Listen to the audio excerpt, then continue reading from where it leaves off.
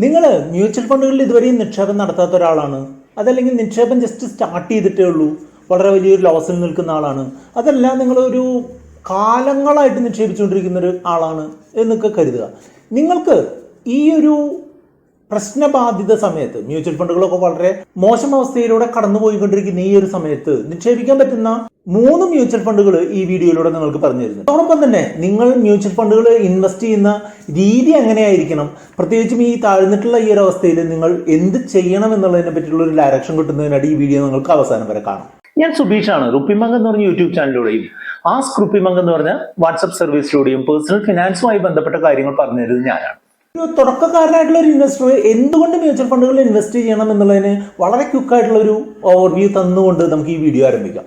അതായത് മ്യൂച്വൽ ഫണ്ടുകൾ എന്ന് പറഞ്ഞിട്ടുണ്ടെങ്കിൽ ഒരു സെറ്റ് ഓഫ് ആളുകളുടെ കയ്യിൽ നിന്ന് പണം ഒരു മ്യൂച്വൽ ഫണ്ട് കമ്പനി വാങ്ങുകയും ആ പണം ഒരു ക്വാളിഫൈഡ് ആയിട്ടുള്ള പ്രൊഫഷണൽ മ്യൂച്വൽ ഫണ്ട് മാനേജർമാരും അവരുടെ ടീമും കൂടെ കൃത്യമായിട്ടുള്ള സ്റ്റോക്കുകളും മറ്റുള്ള നിക്ഷേപ രീതികളും കണ്ടുപിടിച്ച് അതിലേക്ക് കൃത്യമായിട്ട് ഇൻവെസ്റ്റ് ചെയ്യുകയും ഈ ഇൻവെസ്റ്റർമാർക്ക് ഒരു കൃത്യമായിട്ടുള്ള ഒരു ലാഭം ഉണ്ടാക്കി കൊടുക്കാൻ ശ്രമിക്കുകയും ചെയ്യുക എന്നുള്ളതാണ് മ്യൂച്വൽ ഫണ്ടിന്റെ പ്രധാനപ്പെട്ട ലക്ഷ്യം. മ്യൂച്വൽ ഫണ്ടുകൾ നിക്ഷേപിക്കുന്നത് ഒന്നിലധികം സ്റ്റോക്കുകളിലോ കടപ്പത്രങ്ങളിലോ ബോണ്ടുകളിലോ ഒക്കെയാണ് എന്നുള്ളത് കൊണ്ട് തന്നെ നമ്മൾക്ക് ഒരു പ്രത്യേകം സ്റ്റോക്കിലോ ഒരു പ്രത്യേകം കമ്പനിയുടെ ബോണ്ടിലോ നിക്ഷേപിക്കുമ്പോൾ ഉണ്ടാകുന്ന നഷ്ടം ഇതിൽ ഉണ്ടാകുന്നില്ല എന്നുള്ളത് നിങ്ങൾക്ക് മനസ്സിലാക്കാം. അതായത് ഡൈവേഴ്സിഫിക്കേഷൻ്റെ ഒരു ഗുണം മ്യൂച്വൽ ഫണ്ടുകളിൽ പ്രധാനമായിട്ടും ലഭിക്കുന്നുണ്ട്. അതുമാത്രമല്ല മ്യൂച്വൽ ഫണ്ടുകൾ നമ്മൾക്ക് ആവശ്യമുള്ള പലതരം കാര്യങ്ങൾക്കായിട്ട്, ഇപ്പോൾ ഒരു ലോങ് ടേം ലക്ഷ്യമായിട്ടുള്ള റിട്ടയർമെന്റ് പ്ലാനിങ്, അല്ലെങ്കിൽ കുട്ടികളുടെ വിദ്യാഭ്യാസം, അല്ലെങ്കിൽ ഒരു ഇടക്കാല ലക്ഷ്യമായിട്ടുള്ള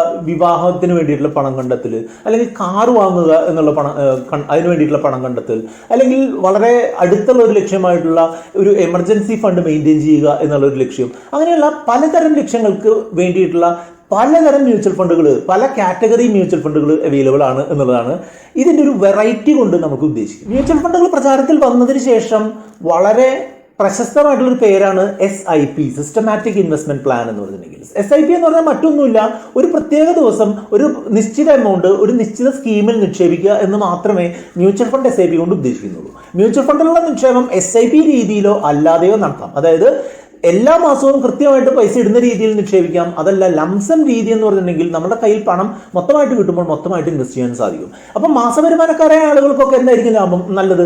മാസവരുമാനക്കാരായ ആളുകൾ അവരുടെ ശമ്പളം കിട്ടുന്നത് എന്നാണോ ആ ഒരു സമയത്തിനോടനുബന്ധിച്ചുള്ളൊരു മ്യൂച്വൽ ഫണ്ട് പദ്ധതിയുടെ SIP രീതിയിൽ അതിലേക്ക് നിക്ഷേപിക്കുകയാണ്. ഞാൻ പറഞ്ഞതുപോലെ 3 തരത്തിലുള്ള മ്യൂച്വൽ ഫണ്ടുകളാണുള്ളത്. ഏറ്റവും റിസ്ക് കുറഞ്ഞതും താരതമ്യേന കുറഞ്ഞ റിട്ടേൺ തരുന്നതുമായിട്ടുള്ള ഡെറ്റ് മ്യൂച്വൽ ഫണ്ടുകൾ, ഏറ്റവും റിസ്ക് കൂടിയതും താരതമ്യേന കൂടിയ റിട്ടേൺ തരാൻ സാധ്യതയുള്ളതുമായിട്ടുള്ള ഇക്വിറ്റി മ്യൂച്വൽ ഫണ്ടുകൾ, ഈ 2 കാറ്റഗറിക്കും ഇടയ്ക്ക് നിൽക്കുന്ന ഹൈബ്രിഡ് മ്യൂച്വൽ ഫണ്ടുകൾ. ഡെറ്റ് മ്യൂച്വൽ ഫണ്ടുകൾ സ്റ്റോക്കുകളിലേക്കല്ല നിക്ഷേപം നടത്തുന്നത്, പകരം അതിൽ നിക്ഷേപിക്കുന്നത് കടപ്പത്രങ്ങളിലും ബോണ്ടുകളിലുമാണ്. അതേസമയം തന്നെ ഇക്വിറ്റി മ്യൂച്വൽ ഫണ്ടുകൾ നിക്ഷേപിക്കുന്നത് എവിടെയാണ്?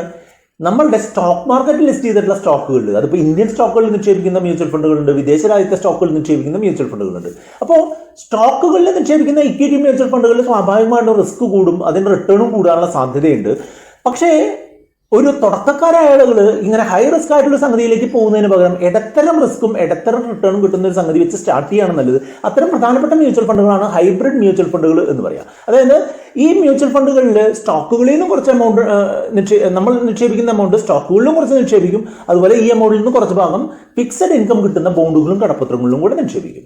നമ്മൾ മ്യൂച്വൽ ഫണ്ടുകൾ നമ്മൾ സെലക്ട് ചെയ്യുമ്പോൾ നമ്മൾ പ്രധാനമായിട്ടും ശ്രദ്ധിക്കേണ്ടത് നമ്മളുടെ റിസ്ക് എടുക്കാനുള്ള കപ്പാസിറ്റി, നമ്മൾ എത്ര കാലത്തിന് ശേഷമാണ് ഈ പണം ആവശ്യം വരിക എന്നുള്ളത്, അതുപോലെ എന്ത് ആവശ്യത്തിനായിട്ടാണ് നമ്മൾ നിക്ഷേപിക്കുന്നത്. അതായത് നമ്മളിപ്പോൾ ഒരു കുട്ടിയുടെ വിദ്യാഭ്യാസത്തിനായിട്ട് നിക്ഷേപിക്കുകയാണെന്ന് പറഞ്ഞിട്ടുണ്ടെങ്കിൽ കുട്ടി 12ാം ക്ലാസ് കഴിഞ്ഞ് ഡിഗ്രിക്ക് ചേരുമ്പോൾ നമുക്ക് ആ പൈസ ആവശ്യം വരും. അത് നമുക്ക് 1 വർഷമോ 2 വർഷമോ ഒന്നും മാറ്റി വയ്ക്കാൻ പറ്റില്ല. അതേസമയം തന്നെ നമ്മൾ വലിയ കുഴപ്പമില്ലാത്തൊരു ജോലിയിലാണ് ഉള്ളത്, നമുക്കൊരു ഏർലി റിട്ടയർമെന്റ് എടുക്കണം എന്നുള്ളത് ചിലപ്പോൾ 1-2 വർഷം അങ്ങോട്ടും ഇങ്ങോട്ടൊക്കെ മാറ്റി വയ്ക്കാനും പറ്റും. അപ്പോൾ ഏത് തരത്തിലുള്ള ഗോളിന് എത്ര കാലം കഴിഞ്ഞ് എന്തുമാത്രം റിസ്ക് എടുത്തുകൊണ്ട് നിക്ഷേപിക്കാൻ പറ്റും എന്നുള്ളതാണ് നമ്മൾ മ്യൂച്വൽ ഫണ്ടുകൾ സെലക്ട് ചെയ്യുമ്പോൾ പ്രത്യേകം ശ്രദ്ധിക്കേണ്ട കാര്യം. അതോടൊപ്പം തന്നെ നമ്മൾ മ്യൂച്വൽ ഫണ്ടുകൾ നിക്ഷേപിക്കുമ്പോൾ അതിന് വരുന്ന ചാർജുകൾ എത്രയാണ്, അതുപോലെ തന്നെ അതിൽ നിന്ന് നമുക്ക് വരുന്ന ടാക്സേഷൻ എങ്ങനെയാണ് എന്നുള്ള കാര്യം കൂടെ നിങ്ങൾ കൃത്യമായിട്ട് മനസ്സിലാക്കിയിരിക്കണം.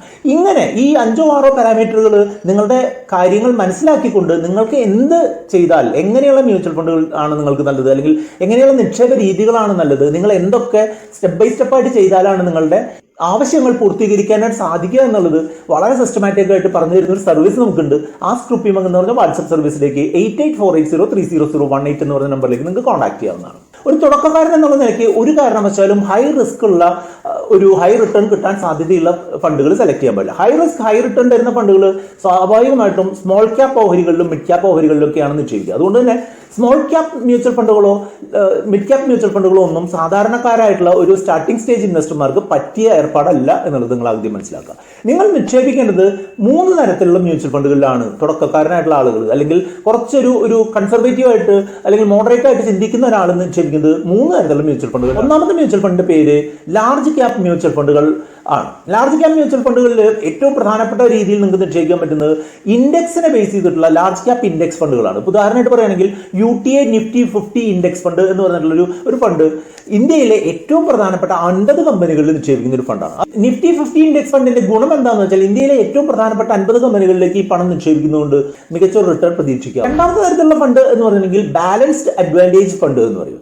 ബാലൻസ്ഡ് അഡ്വാൻറ്റേജ് ഫണ്ട് എന്ന് പറഞ്ഞിട്ടുണ്ടെങ്കിൽ ഒരു നിശ്ചിത അളവ്, ഉദാഹരണമായിട്ട് പറയുമെങ്കിൽ ഒരു 75%, നമ്മൾ 1000 രൂപ ഇടുകയാണെങ്കിൽ 750 രൂപ സ്റ്റോക്കുകളിലും ബാക്കി 250 രൂപ ഡെറ്റ് ആയിട്ടുള്ള അല്ലെങ്കിൽ കടപ്പത്രങ്ങൾ, ബോണ്ടുകൾ പോലുള്ള സംഗതികളിലും കുറച്ച് എമൗണ്ട് ഗോൾഡ് പോലുള്ള കമോഡിറ്റീസിൽ നിക്ഷേപിച്ചുകൊണ്ട് അതാത് സമയങ്ങളിലെ സ്റ്റോക്ക് മാർക്കറ്റിന്റെയും മണി മാർക്കറ്റിന്റെയും ഒക്കെ അവസ്ഥ അനുസരിച്ച് ഈ സ്റ്റോക്കുകളുടെ അളവ് കൂട്ടുകയോ അല്ലെങ്കിൽ ഡെറ്റ് ഇൻസ്ട്രുമെന്റുകളുടെ അളവ് കുറയ്ക്കുകയോ അല്ലെങ്കിൽ ഗോൾഡിന്റെ അളവ് കൂട്ടുകയോ കുറയ്ക്കുകയോ ഒക്കെ ചെയ്തുകൊണ്ട് നമ്മൾക്ക് താരതമ്യേന ഒരു മികച്ച റിട്ടേൺ വലിയ റിസ്ക് ഇല്ലാതെ തരുന്ന ഒരു സംവിധാനമാണ് ഈ ബാലൻസ്ഡ് അഡ്വാൻറ്റേജ് ഫണ്ടുകൾ. അത്തരം ഫണ്ടുകൾ നിങ്ങൾക്ക് തീർച്ചയായിട്ടും കൺസിഡർ ചെയ്യാം. ബാലൻസ്ഡ് അഡ്വാൻറ്റേജ് ഫണ്ടിൽ നിങ്ങൾക്ക് കൺസിഡർ ചെയ്യാൻ പറ്റുന്ന അല്ലെങ്കിൽ ആളുകൾ കൂടുതൽ കൺസിഡർ ചെയ്ത് കണ്ടിട്ടുള്ള മ്യൂച്വൽ ഫണ്ടിന്റെ പേര് HDFC ബാലൻസ്ഡ് അഡ്വാൻറ്റേജ് ഫണ്ട് എന്നാണ്.